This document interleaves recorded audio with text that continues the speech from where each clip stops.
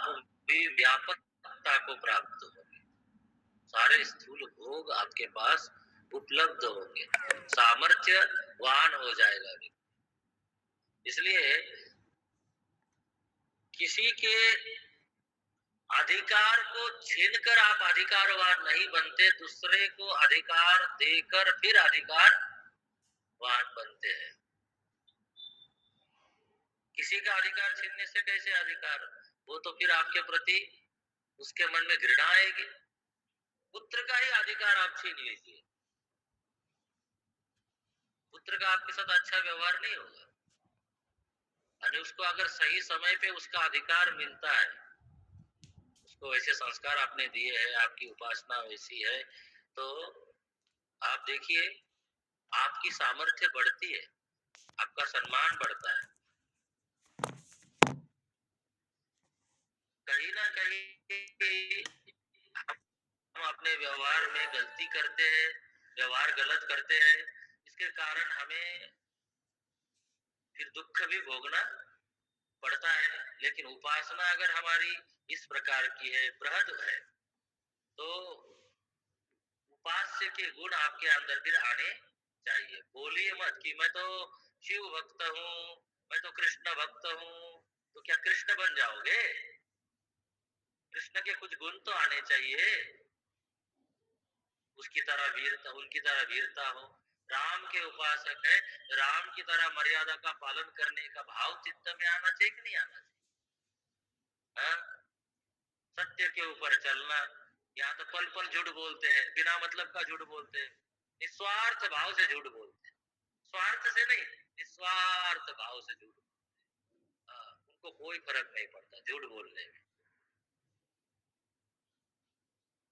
राम के उपासक है तो राम के कुछ गुण तो आने चाहिए। एक तो वीरता होनी चाहिए, शालीनता होनी चाहिए, देखते भी है तो आंखों से सद्गुण झलकने चाहिए। मर्यादा का पालन करने वाले हो,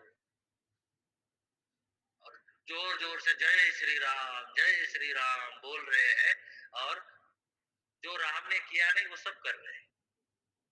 हाँ, जो राम ने कहा नहीं वो सब कर रहे हैं। हाँ, बोले कि कृष्ण ने किया है वो करिए, नहीं जूते पड़ेंगे तो मेरा नाम बदल दीजिए। हाँ, उतना नहीं कर सकते। उन्होंने कहा है वो करिए, राम ने जो किया है वो करिए।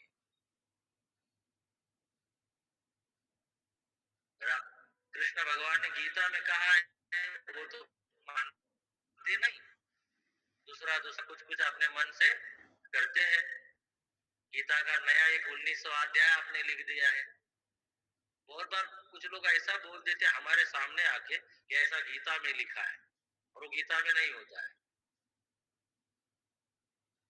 तो आप तो ब्रह्म विद्या के विद्यार्थी है, आपके अंदर तो ये दुर्गुण नहीं आना चाहिए, कि आप बहुत भाग्यशाली कि आपको उपनिषद पढ़ने को मिल रहा है। गीता तो बहुत जगह सुनने को मिल जाती है, भागवत तो रोज ही मिल रहा है, ठीक है। रामायण कथा भी टीवी के ऊपर खूब आती है, उपनिषद नहीं मिलता रोज रोज। उपनिषद पढ़ने वाला विद्यार्थी अपने आप में बहुत महान है। कठोपनिषद में कहा ना, आश्चर्यो वक्ता कुशलस्य लब्धा, आश्चर्यो ज्ञाता कुशलानुष।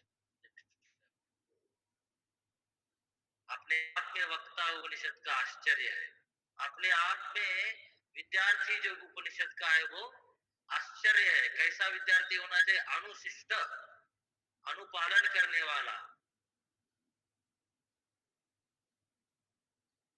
इसलिए उपनिषद के विद्यार्थी को तो जो वेद कह रहा है उसके अनुसार ही जीवन को चलाने का प्रयास करना चाहिए, तभी ये चीजें उतरेगी। आप देखिए, आप तो बड़ी खतरनाक उपासना है, ये थोड़ा श्रुति ही कह रही है, थोड़ा सा विभत्स है, लेकिन करते हैं लोग ऐसी उपासना। क्या? तद ब्रह्मण परिमर, ठीक है, तद ब्रह्मण परिमर इत्युपासित पर्येण म्रियन्ते दुषन्तः सपत्नः। सपत्ना माने होता है जो आपका प्रतिस्पर्धी है, जो आपका प्रतिस्पर्धी है, स्पर्धक है। देखिए यहाँ क्या कहते हैं, तद ब्रह्मण परिमर इति उपासित ब्रह्मण परिमर परिम्रियन्ते अस्मिन् पंच देवता विद्युत वृष्टि चंद्रमा आदित्यो अग्निरित्येताः। देखिए जो परिमर उपासना करता है, ये देवता, ये सारा प्रपंच ब्रह्म में ही जाकर नष्ट हो रहा है, ब्रह्म में ही सारा प्रपंच लीन हो रहा है। गीता में भगवान ने कहा कि मैं ही सभी जगत का भक्षण करने वाला हूँ। गीता में अर्जुन से भगवान यहाँ तक कहते थे कि ये सब पहले ही मैंने मार दिए, सब मेरे हाथों से ये सारे पहले ही मर चुके हैं। सब मैं ही माता हूँ, मैं ही पिता हूँ, मैं ही इसकी प्रकृति की योनि हूँ, मुझसे ही सब कुछ उत्पन्न होता है और मैं ही सबका लीन करने वाला हूँ। ये सारा प्रपंच, सारे पंच देवता कहाँ जा रहे हैं? हा? इस ब्रह्म में ही जा रहे हैं। पंच महाभूत है, ये सब कहाँ जा रहे हैं? ब्रह्म में ही जा रहे हैं। ऐसी उपासना करनी है। परिवार वाले मरते हैं, परिवार जो देवता है वो सबके सब उसी में जा रहे हैं। देखिए क्या कह रहे हैं, परिम्रियन्ते, परिमर माने म्रियन्ते, अस्मिन् पंच देवता विद्युत वृष्टि चंद्रमा आदित्य। कौन कौन देवता? विद्युत, वृष्टि, चंद्रमा, आदित्य, अग्नि। ठीक है, पांचों के पांचों कहाँ जा रहे हैं? इसी ब्रह्म में जा रहे हैं। अतः वायु परिमर श्रुति अप्रसिद्ध, वायु भी उसी में जा रहा है। स एष एवायं वायु आकाशेन अनन्य इत्याकाशे ब्रह्मण परिमरः स्त आकाशं वायवात्मान ब्रह्मण परिमर इत्युपासित। वायु, आकाश, ये सब का सब भी तो किस में जा रहा है? कह रहे हैं उसी ब्रह्म तत्व में विलीन हो रहा है। तो ऐसी उपासना करनी चाहिए। अब कह रहे हैं कि जो कुछ लोग ऐसे हैं कि जो ऐसी उपासना करते हैं कि जो आपसे द्वेष कर रहे हैं, ब्रह्म की उपासना करने वाले से द्वेष करते हैं और स्पर्धा करते हैं, वो भी मर जाते हैं। और कुछ ऐसे हैं जो द्वेष नहीं करते, अद्विषंत, द्विषंत नहीं, अद्विषंत पर स्पर्धा करते हैं, वो भी मर जाते हैं, वो भी मर जाते हैं। कभी कभी ऐसा होता है, आपसे कोई स्पर्धा भी नहीं करता है, आपसे द्वेष भी नहीं करता है, लेकिन आपके वे द्वेष के पात्र है। ये परी ये अप्रिया भ्रातृव्या, माने आपके भाई के बच्चे। देखिए क्या बात कर रहे हैं कि आपके भाई के बच्चे जिनको आप पसंद नहीं करते, वो भी इस उपासना करने से मर जाते हैं। अगर ब्रह्म की मृय मरने वाला, ब्रह्म सबको मारने वाला, इस रूप से कोई उपासना करता है, आपस में उपासना करते हैं कुछ लोग, किसी के मारने के लिए मारन तारण भी करते हैं। आपसे वो नहीं करते द्वेष, लेकिन आप करते हो तो वो भी मरते हैं। श्रुति ये कह रही है। देखिए, परि एनम एवं विदम प्रतिस्पर्धिनः द्विषन्तः अद्विषन्तः अपि सपत्ना यतो भवन्ति अतः विषन्ते विशेषन्ते द्विषन्तः सपत्नः इति। ऐसे जो लोग स्पर्धक है, जो लोग द्वेष करते हैं, जो लोग द्वेष नहीं करते हैं, वो सब के सब भी नष्ट हो जाते हैं। ये एनम द्विषंत सपत्नास्ते परिम्रियन्ते प्राणान जहति किंच कि अब किंच ये न अयास्य भ्रातृव्या, जो आपके भाई के बच्चे हैं जो अप्रिय है वो भी अद्विषंत अपि तेज परिम्रियन्ते, वो भी इसमें नष्ट हो जाते हैं जो व्यक्ति ब्रह्म की परिमर रूप से उपासना करता है। अब ये नहीं कह रहे कि आप ऐसे अभाव करिए, ठीक है ना, लेकिन ऐसी उपासना करते हैं लोग, श्रुति ये कह रही। अब आगे देखिए ये वाक्यार्थ है, वाक्य भाष्य है, क्या कहते हैं देखिए, निगमन कर रहे हैं भगवान भाष्यकार। प्राणो वा अन्नम शरीरम, पहले अन्न रूप से उपासना बताई थी, प्राण रूप से उपासना बताई थी, अन्नाद के रूप से भी बताया था, इत्यादि आरंभ से आरंभ करके आकाशांतस्य कार्यस्य, आकाश जो है वहां तक उपासना, जो कार्य है कार्यस्य एव अन्ना अन्ना अन्न अन्नाद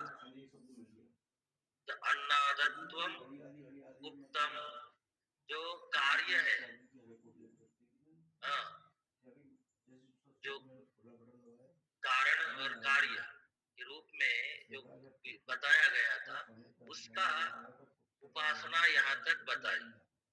अब वो क्या है बोले, उक्त नाम किम तेन, वो कार्य क्या है उसको बताते, तेन एतत् सिद्धम भवति, जो उपासना बताई गई कि अन्नमय से लेके, अन्न से लेके या परिमर तक आध्यात्मिक रूप से जो उपासना बताई गई वो कार्य विषय है। क्या है? कार्य विषय है भोज्य भोक्तृत्व कृत, उसमें भोज्यत्व भी है और भोक्तृत्व भी है। और ये भोज्य भोक्तृत्व कृत जो जितना संसार है उसको क्या कहेंगे हम? संसार। ये संसार ही है जिसमें भोज्यत्व भी है और भोक्तृत्व भी है, ये क्या है? संसार है। तो ये संसार है कहाँ? इस कार्य प्रपंच में ही है, आत्मा में नहीं है। कहाँ पर है? कार्य प्रपंच में है। यही कहना चाह रहे कि आकाश इत्यादि जो है ये क्या है? कार्य है। अन्न भी क्या है? अन्नाद भी क्या है? कार्य है। उन्हें भोक्ता और भोग्य, भोक्तापना भी आरोपित है और भोग्य। तो अन्न और अन्नाद ये सब का सब क्या है? भोज्य भोक्तृत्व कृत संसार, न तो आत्मा, आत्मा नहीं है। ये जो संसार दिख रहा है अन्न और अन्नाद के रूप में, वो सब क्या है? संसार है, आत्मा नहीं है। ये कहाँ पर है? बोले संसार में है। आत्मनि तो भ्रांत्योपचर्यते, मुझमें मुझे भोक्तापना दिख रहा है, मुझमें मुझे कर्तापना दिख रहा है, मुझमें मुझे हाँ, विषय विषयी भाव दिख रहा है। तो ये सब क्या है? आरोपित है, भ्रांति के कारण है। जैसे द्वितीय चंद्र का उदाहरण दिया था, द्वितीय चंद्र क्यों दिखता है? भ्रांति के कारण। रस्सी के ऊपर सर्प जो है में भी भोक्ता भाव क्यों है? अज्ञान के कारण, भ्रांति के कारण। तो क्या कह रहे हैं? भोज्य, यहाँ मुख्य वाक्य क्या पकड़ना है? कार्य विषय, जो कार्य है अन्नमय से लेके, जो आकाश से लेके शुरू हुआ था, तस्माद वाये तस्माद आकाश संभूत, आकाशात वायु, वायु अग्नि, अग्नि अद्भ्य, अद्भ्य